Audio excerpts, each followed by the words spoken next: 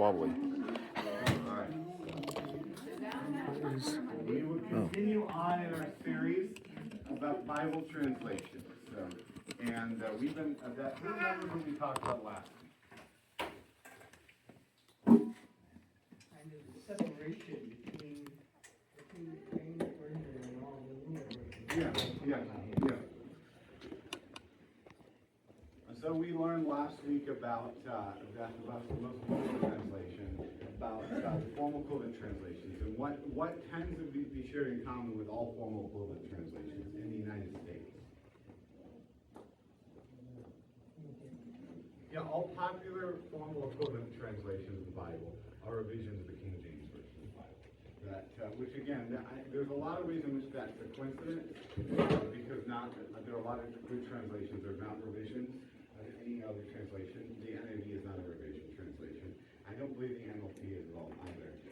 But every single one of the formal equivalents is trying to revise specifically the King James version, which means that it borrows language and it tries to kind of allow that to be the default. That even impacts literally the passage that we studied last week, where the NIV had in the worship service, the NIV had a very different version, because of the fact that in an area where there's probably slightly more information, the ESV actually didn't use the best information possible because it was so unclear, so that they could kind of give an homage to the King James.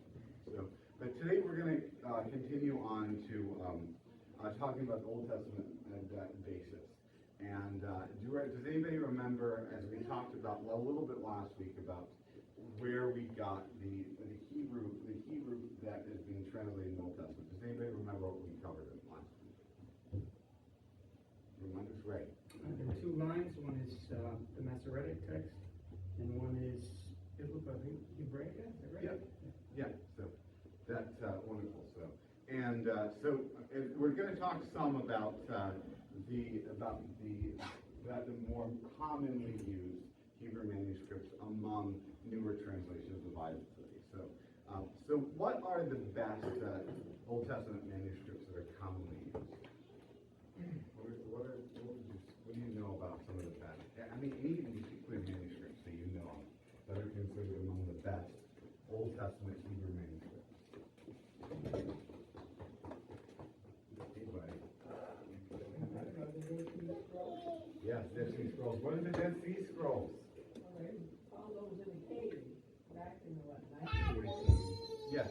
And they were scrolls that were kept by, I think, the Assyrians back in the first century.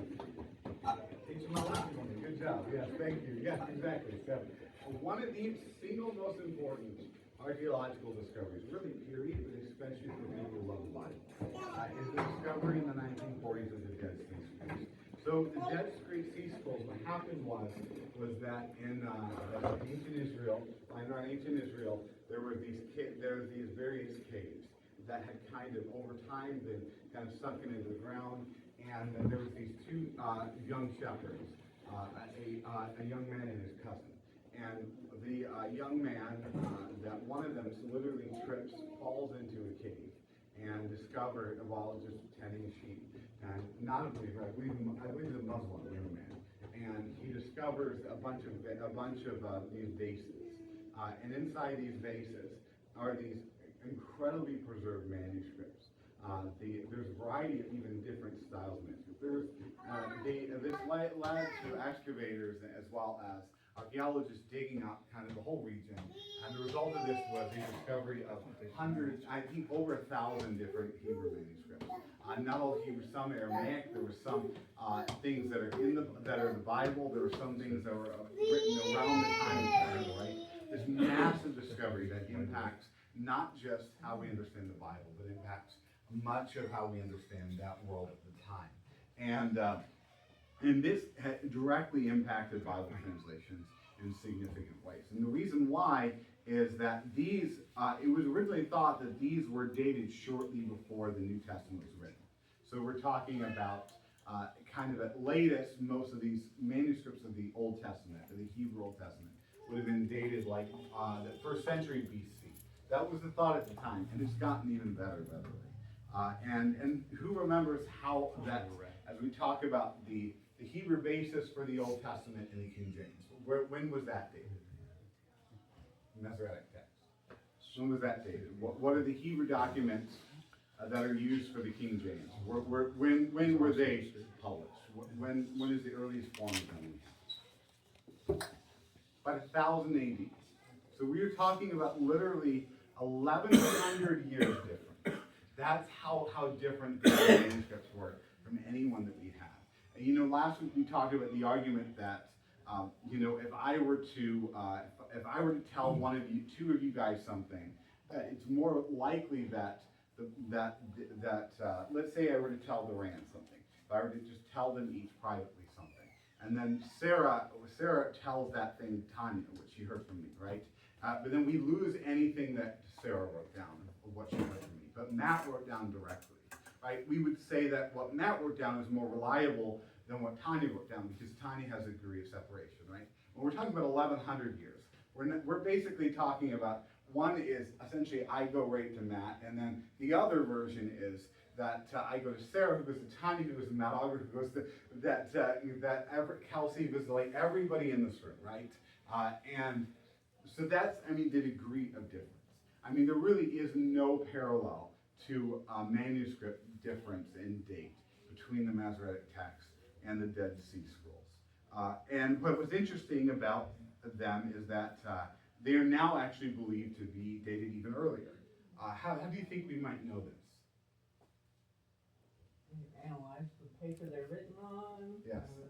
So we used AI. Literally this year, AI has a lot of problems to it, but AI is a much better at archaeology than humans are. And AI was used.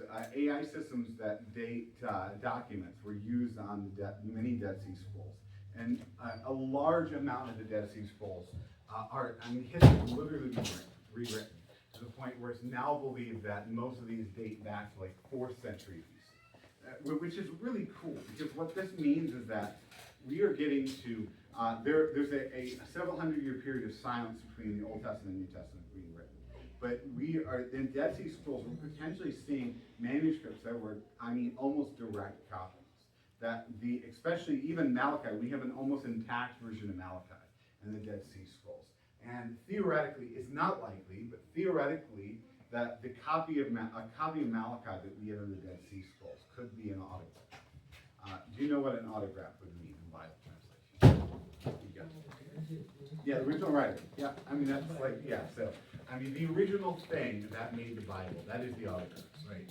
So it's always been believed we don't have the autographs. And I still don't think we do. I think we have something close to the autographs for any of them. I mean, that's just not how, you know, it's that, I mean, they're individual letters written to people and then they do a copy of them. You know, it was not meant to be, nobody was like writing it like we would make a thesaurus we kind of preserve it. Like he's Malachi and he's writing it down? Yeah, possibly, theoretically. So it's close, it's so close that it either would be that around that time, or, you know, it's a very, very close copy of Malachi, because Malachi is widely believed to be the last book written in the Old Testament. And why would this be significant? Why is all this discovery significant? We talked a little bit about it. Has to do with authority. Yeah. The idea that this is the word of God and this is authoritative because of that transmission is accurate. Yeah, exactly. So, and so there is, so I want to note, by the way, as we talk about textual basis for translations of the Bible, that what's commonly almost presented among, especially the King James only crowd, is that this mentality that basically, oh, you know, that they had, I mean, they used the best that there ever was, right?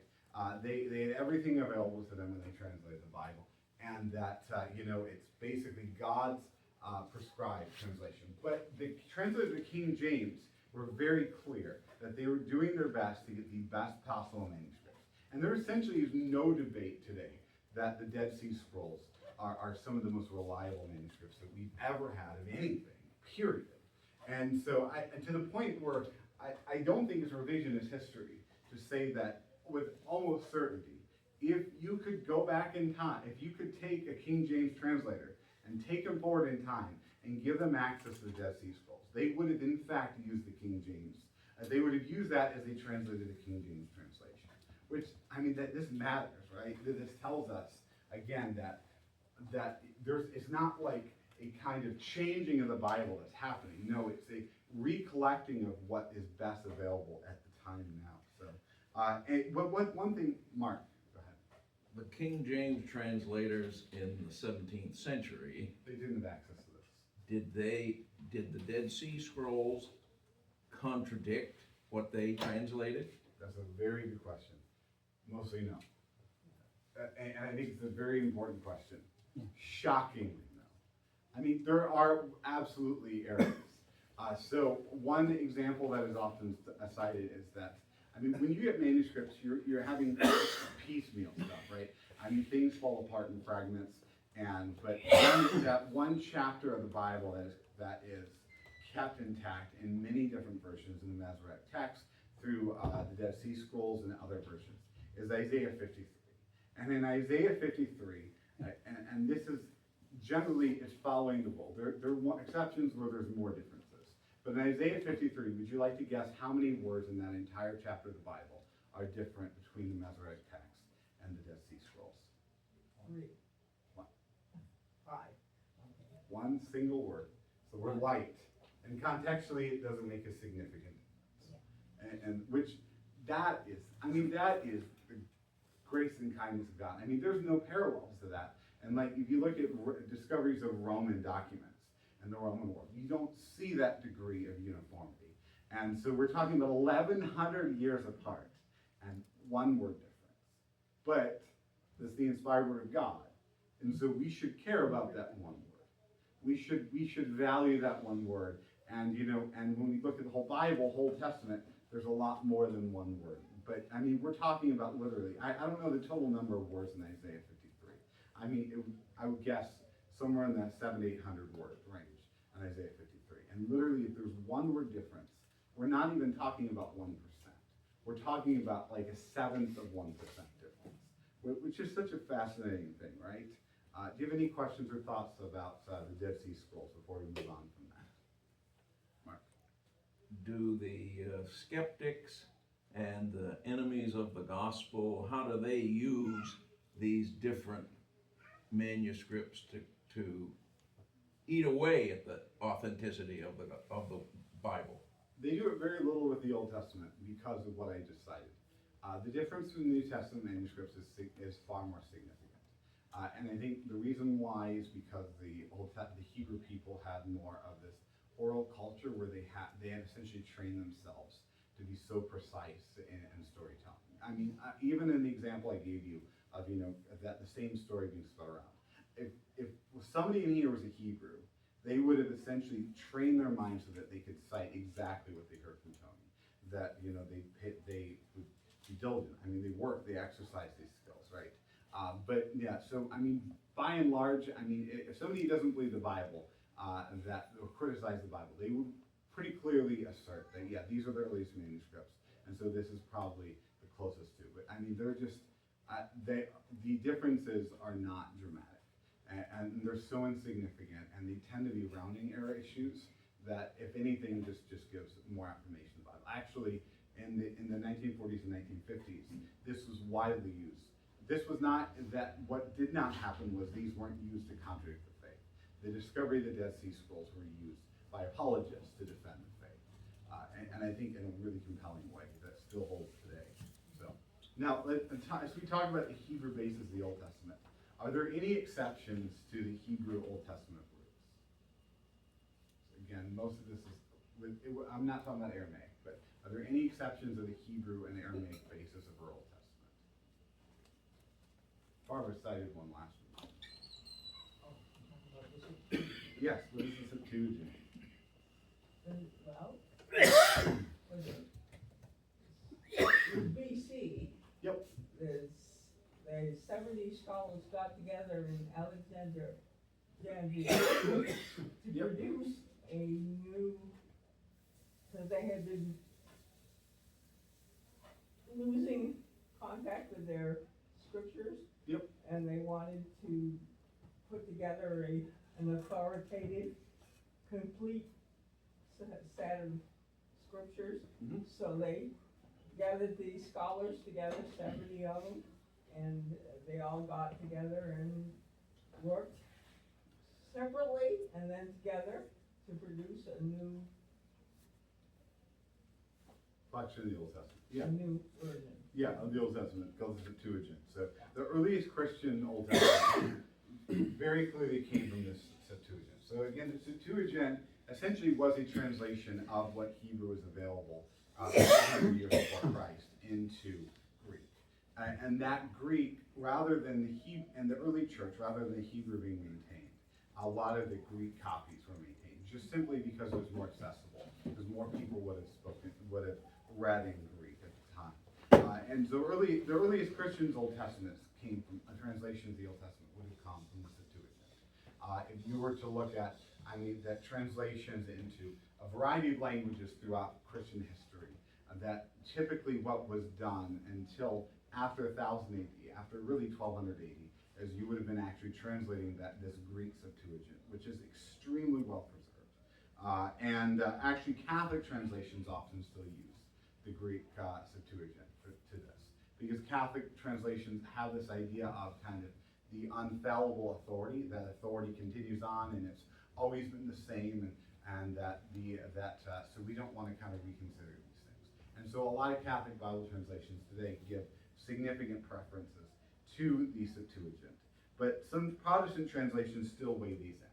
So on small grammatical issues, or maybe or maybe even like a number issue, that a rounding issue, something like that, it's not uncommon that what will happen will be when the NIV is creating an Old Testament, they're going to look at the Septuagint as well as the Biblica Hebraica when they translate their Old Testament. They're going to look at kind of all of this, and they're going to say, well, it would make more sense that this was changed or this was added for this reason, and so we're going to there's guesswork. The differences, again, are so very, very, very small. And so what are some noteworthy differences then in Old Testament source issues? What are some noteworthy differences that come about in differences in Old Testament sources? Probably the most famous example of a difference that comes from the Old Testament source is it comes in 1 Samuel 17:4, and that is a description of Goliath's height. And Goliath, in some version, and basically what happens is that you have one number came first and one number came second, almost like if it were to be in English, like our measuring system. Somebody might be 8'7" or 7'8", which either way Goliath's huge. And so we have in the Hebrew manuscripts that we have that Goliath is taller, and that they tend to read it as he's taller, and in the Greek manuscripts they tend to have it as shorter. And again, I don't think what this was. What's easy for somebody who really hasn't looked at the manuscript matters to do is kind of present this as, oh well, these people, this is an outlandish story that's clearly not true, yada yada yada, and so so it's being changed to make it look more realistic. And this is just not an honest assessment of what that it's far more likely that, again, this was just in the process of copying, people make mistakes. Yeah, and people write things down wrong. Yes, sir. Was there same be said about the measurement of the ark? Because I know in the KJV Mhm. talks about the Yep. cubits. Yeah. So there's different talks of different ways we translate different Hebrew words for like units of measurement, and we can talk about that some. And that's a different decision. Some translations that would be dynamic equivalent will actually use like modern measurement systems, and some will actually what's called transliterate. Which transliterate means that you just basically bring the original Hebrew or Greek word and then you make it sound a little bit better. So it's not exactly the same word, but it's that's what's often happening in some King James. There's some examples in King James where they literally they translate into direct measurements. So there's one part of the King James where they translate a unit of finance into pounds, which becomes a problem because the value of the pound has dramatically changed in hundreds of years. So it's been the British pound. There's an exception to this, and I think that usually that's not as much a manuscript issue, but They're as in the description of the ark. So would it apply though to the ark that is in Greek, it would be described as smaller? But I think very small now. I mean, it's very close. I mean, they're typically rounding edges. So they're not this is not like one is a tiny ark and one is a gigantic ark. I mean, this is, like a 1% difference, which really, for our reading the Bible, makes practically no difference at all. So as we looked at these kind of Old Testament roots of the Bible, what should we prefer? What should we prefer for a translation of the Old Testament? Should we prefer the Septuagint? Should we prefer the Hebrew? Should we prefer the earliest Hebrew? Should we prefer the Hebrew maintaining the King James? Consider all. Yeah, absolutely. Yeah. I think in general, we should give preference to the Hebrew over the Septuagint, and most translations do, right? Typically, the default is to the earliest Hebrew. So the default is going to be to things like the Dead Sea Scrolls. And the reason why this is the case is because the Jewish people kept the Hebrew. They kind of preserved the language. They preserved Hebrew manuscripts in a way that Greek people did not do as good of a job at. And in general, Greek copies are not dated, are dated as later, and they're typically a little bit less precise in their dating. And so, but again, here we're seeing pretty significant agreement. Septuagint and the Hebrew is going to agree by a significant measure. And so we will see, some people will make a big deal out of differences. A lot of the difference in the Septuagint and Hebrew just has to do with semantic ranges of language. So people will cite, for example, there's a prophecy that a virgin shall give birth. And in the Hebrew, the word could mean just a young woman will give birth. Right. I have a question, Tony, maybe you're getting there, and I know the answer, but it's worth asking. These differences between manuscripts, how many of them impact key doctrines? Oh, none of them. Absolutely none. I think what I'm describing would be among critics of the Bible, they would describe this as the exception, because in the Hebrew word in Isaiah, or a virgin shall give birth, could be translated as a young woman. But one thing that misses that again is semantic range, and the degree to which the Old Testament Hebrew system expected young women to be virgins. So I mean, in a way, it's a synonym. Right, and what happened to Septuagint was they chose one choice within the semantic range of that Hebrew word, and then Jesus essentially affirmed their choice. So they were right because Jesus said they were right. But even without Jesus' words, it would make a lot of sense to understand contextually that that's referring specifically to a virgin. But that is probably the single biggest matter that is debated between the Greek Septuagint and the Hebrew manuscripts. But again, all that becomes a matter of differences in semantic range, just like we do with any translation of any work. But as we're going to dive more into the New Testament next week.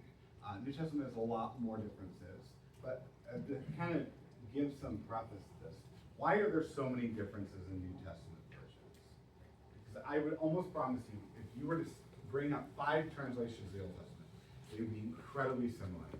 And that similarity is going to be close in the New Testament, but less so. And why is that the case? Any guesses? Michael? The specific people that are doing the translation and their translation methodology, that will dictate some.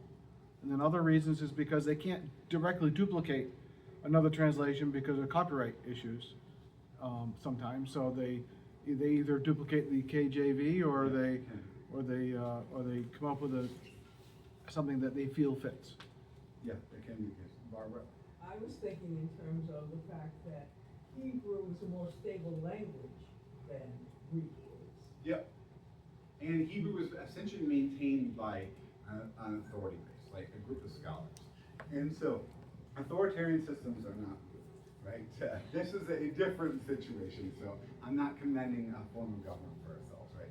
But it tends to be the case in that kind of structure that there's going to be better consistency. Well, that's what I was going to ask, is Catholic Church, to some degree, was an authoritarian system in terms of how they let people have access to the Word.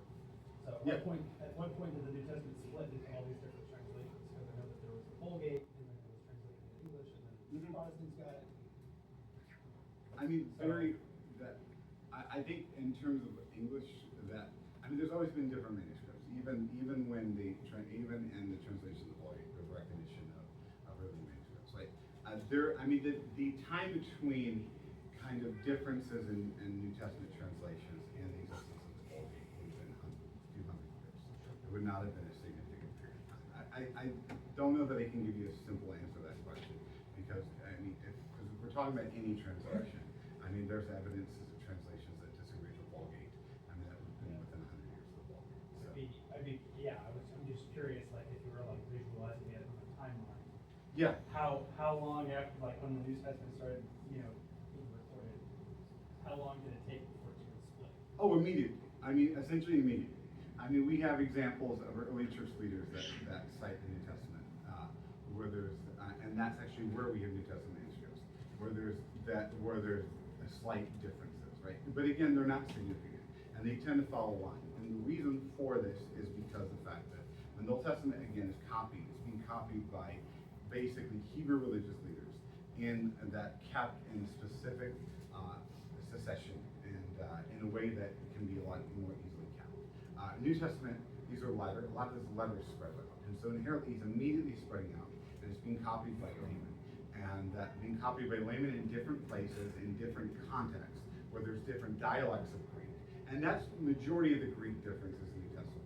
The vast majority would be matters where essentially would be impacted by a slight different worldview in a different part of the Roman Empire, or slight different grammar in a different part of the Roman Empire, where people are going to bring in their own kind of preferences there.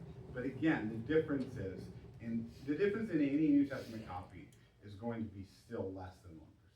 We're still talking about less than, which again, the fact of this is unbelievable. If you were to look at any ancient Roman document and you were to kind of decipher, for example, let's say that the works of Homer, I know they're making a version Iliad, I think soon. We have these kind of stuff. There's dramatic difference in manuscripts, to the point where if you buy literally one English copy, there's going to be significant differences, because it's just hard to kind of line it down. There was less degree of keeping it close to when the original document was written. So we'll talk about next week about the specific basis of how the King James and the New King James that translates the New Testament versus how something like ESV translates the New Testament. And what I want to tell you beforehand as a preview, that there is far more parallels than you might think there are. Actually, it is one thing that you'll often see presented is that the NIV, for example, the ESV, they prefer one text type, and then some critics of the NIV present it as a prep text type, and then the King James, they prefer this kind of ancient, this specific other text type, right?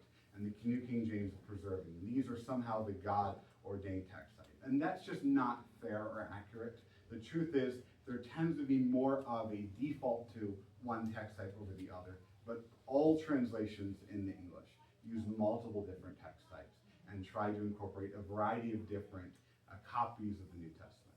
And again, we're going to see, honestly, there's probably two passages in the New Testament that are more than a verse, that are significant differences in manuscript types.